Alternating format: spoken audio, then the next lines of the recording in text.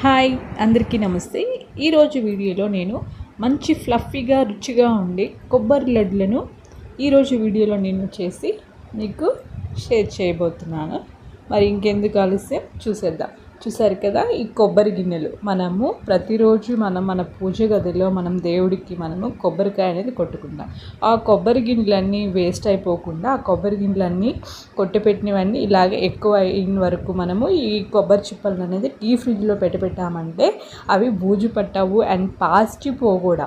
చూసారు కదా ఎంత ఫ్రెష్గా ఉన్నాయో. నేనైతే ఒక 3 రోజులు కొబ్బరికాయలన్నిటిని నేను ఫ్రిడ్జ్లో పెట్టాను అనమాట.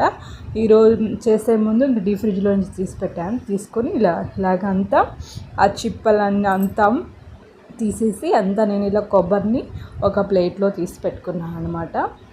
కొబ్బరి ఉండలకి కొంతమంది ఎండి కొబ్బరితో కూడా చేస్తారు, కానీ పచ్చి కొబ్బరితో చేస్తే ఆ పచ్చి పాలు అనేది కొబ్బరిలో ఉంటుంది కాబట్టి టేస్ట్ అనేది ఎక్కువగా ఉంటుంది. చూసారు కదా, ఇలా కట్ చేసి పెట్టుకున్నానండి. ఇలా కట్ చేసుకొని తురుముకోవడం అంటే అది లేట్ ప్రాసెస్ అనమాట. తురుముకోవచ్చు, ఎవరిష్టం వాళ్ళది. నేనైతే కట్ చేసుకొని మిక్సీకి పట్టేసుకుంటున్నాను. మిక్సీ జార్ తీసుకొని మిక్సీ జార్లో వేసుకున్నాను అనమాట. కట్ చేసుకున్న పీసులన్నీ మిక్సీ జార్లో వేసి మిక్సీ పట్టేసుకున్నాను. చూసారు కదా, తురిమినట్టే ఉంటుంది, కాకపోతే తురిమితే కొంచెం పొడవుగా మనకు కొంచెం స్టైల్గా కనిపిస్తాయి అన్నమాట పీసెస్. అది ఇప్పుడు నేను మిక్సీ పట్టుకున్న ఈ పౌడర్ని ప్లేట్లో పెట్టినా. ఇప్పుడు మనకు ఈ కొబ్బరి లడ్డుకి కావాల్సింది బెల్లం అనేది తీసుకున్నాను, చక్కెరని తీసుకున్నాను. కొంతమంది ఓన్లీ బెల్లంతోనే చేస్తారు, కానీ బెల్లము చక్కెర అనేది యాడ్ చేస్తే టేస్ట్ ఇంకొంచెం బాగుంటుందన్నమాట. నెక్స్ట్ యాలకులు ఒక 2-3 యాలకులని మనం ఇలాగ దంచి పెట్టుకున్నాం అనమాట కచ్చాపచ్చిగా. ఇప్పుడు స్టవ్ ఆన్ చేసుకున్నాం. స్టవ్ ఆన్ చేసుకొని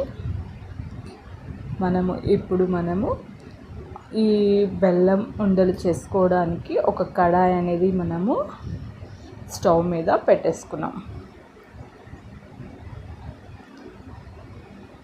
ఇప్పుడు ఈ ఈ కొబ్బరి ఉండలకి పాకం అనేది పట్టుకోవాలన్నమాట. బెల్లంతో చూపించాను కదా, బెల్లము చక్కెర అది పాకం అనేది పట్టుకోవాలి. ఇప్పుడు కడాయి అనేది హీట్ అయింది. ఇప్పుడు వాటర్ ఎంతైతే కొబ్బరి ఉండలకి తీసుకున్నామో ఆ క్వాంటిటీని బట్టి వాటర్ అనేది తీసుకోవాలి. లేకపోతే వాటర్ అనేది ఎక్కువ అయిందంటే మళ్ళీ కొబ్బరి ఉండలు అనేవి ఉండలుగా రావన్నమాట.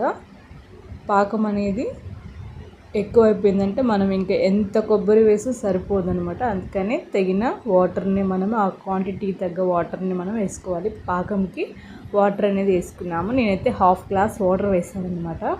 చూసారు కదా, వాటర్ మరిగిపోయాయి.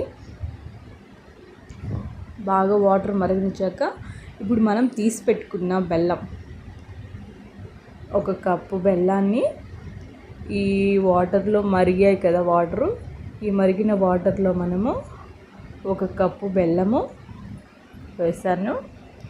ఈ బెల్లము బాగా ఆ వాటర్లో బాగా కరిగిపోయేలాగా, అంటే ముక్కలు ఏమీ ఉండకుండా మొత్తం వాటర్లో ఈ బెల్లం అంతా కరిగిపోయేలాగా నేను బాగా గరిటెతో ఇలా కలుపుకోవాలన్నమాట. చూసారు, కాసేపు ఉంచితే వాటర్లో బెల్లం అంతా కరిగిపోతుంది. ఇప్పుడు నెక్స్ట్ చక్కెర, 1 కప్పు చక్కెరని కూడా యాడ్ చేసుకోవాలి.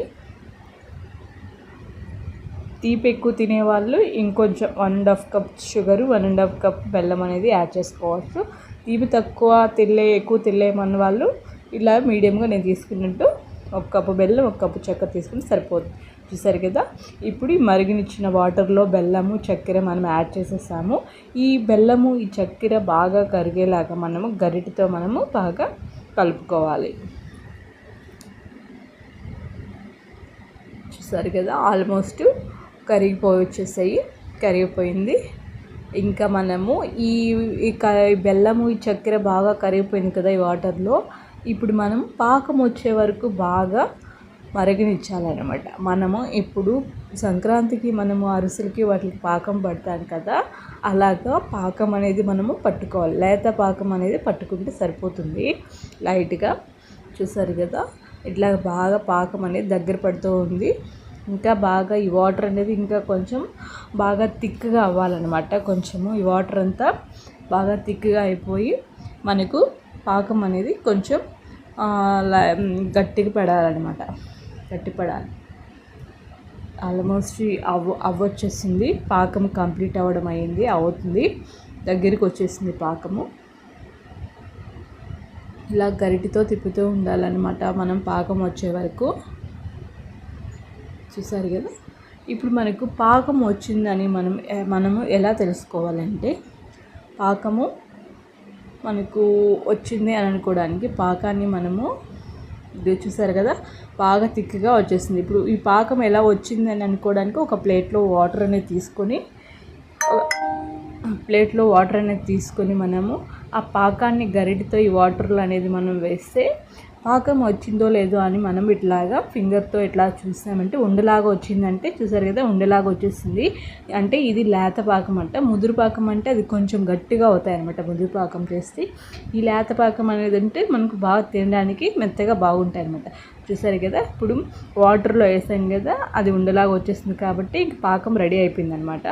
ఇంకా మనము మిక్సీ పట్టి పెట్టుకున్న కొబ్బరి పౌడర్ని అంతా మనము ఈ పాకంలో కొంచెం కొంచెంగా వేసుకొని మనము గరిటతో కలుపుకోవాలి. ఈ కొబ్బరి పౌడర్ని అంతా మనం మిక్సీ పట్టుకున్న కొబ్బరి పౌడర్ని అంతా ఈ పాకంలో వేసేసుకొని గరిటతో మనము కొంచెం కొంచెంగా వేసుకొని గరిటతో కలుపుతూ మళ్ళీ కొంచెం కొంచెం వేసుకుంటూ మళ్ళీ కలుపుతూ ఉండాలి. లేకపోతే మళ్ళీ ఉంటలు అనేది కడుతుందనమాట. ఇలాగా కొంచెం కొంచెం వేసుకుంటూ మళ్ళీ కలుపుకుంటూ కొంచెం కొంచెం వేసుకుంటూ మళ్ళీ కలుపుకుంటూ ఉండాలన్నమాట. మనము ఉంట అనేది కట్టకుండా ఉండకుండా ఉంటుందన్నమాట. గరిటెతో బాగా కలిపేసుకున్నాం. చూసారు కదా, పాకం అంతా పీల్చేసింది కొబ్బరి పౌడర్ వేయంగానే. ఇప్పుడు యాలకుల పౌడర్ అనేది మనము దంచి పెట్టుకున్నాం కదా, యాలకులు పచ్చిగా దంచి పెట్టుకున్న యాలకులని ఇప్పుడు ఈ కొబ్బరి పౌడర్లో వేసేసేయాలన్నమాట. మనము వేసుకొని మళ్ళీ ఈ యాలకుల పౌడర్ మొత్తం కలిసేలాగా మళ్ళీ అంతా మనం కలుపుకోవాలి. ఒక సైడ్ అంతా ఒకసారి కలుపుకోవాలి. చూసారు కదా, రెడీ అయిపోయిందనమాట. ఇంకా మనము కాసేపు ప్లేట్ అనేది పెట్టేసి ఆ వాటర్ అనేది కొంచెం ఉంది కదా, ఆ వాటర్ కూడా మొత్తం పీల్చేసే వరకు మనం ప్లేట్ అనేది పెట్టేసి కాసేపు ఉంచితే వాటర్ అంతా మనకు పీల్చేస్తుంది. చూసారు కదా, చూద్దాం మళ్ళీ. చూడండి, ఆల్మోస్ట్ అయిపోయింది, వాటర్ అంతా పీల్చేస్తుంది. ఇంకా ఈ చెమ్మ కూడా లేకపోతే మనకు ఉండ అనేది సరిగా రాదనమాట. చూడండి, ఇంకా అడుగు అనేది అంటేస్తుంది ఇంకా ఎక్కువసేపు ఉంచితే. ఇప్పుడు చూడండి వచ్చేస్తుంది కదా మనకు కొబ్బరి ఉండలకి తగ్గట్టు వచ్చేసింది. స్టవ్ ఆఫ్ చేసేసుకున్నాము, రెడీ అయిపోయింది మనకు. ఇప్పుడు మనము ఇది కొంచెం చల్లారిన తర్వాత మనం ఉండలు అనేది చేసుకోవాలి. చూసారు కదా, ఎంత ఫ్లఫీగా, ఎంత మెత్తగా, ఎంత బాగున్నాయో, ఎంత కలర్ఫుల్గా బాగున్నాయో చూస్తుంటే తినేయాలనిపిస్తుంది కదా. మరి మీరు కూడా ఇలాగే ట్రై చేయండి.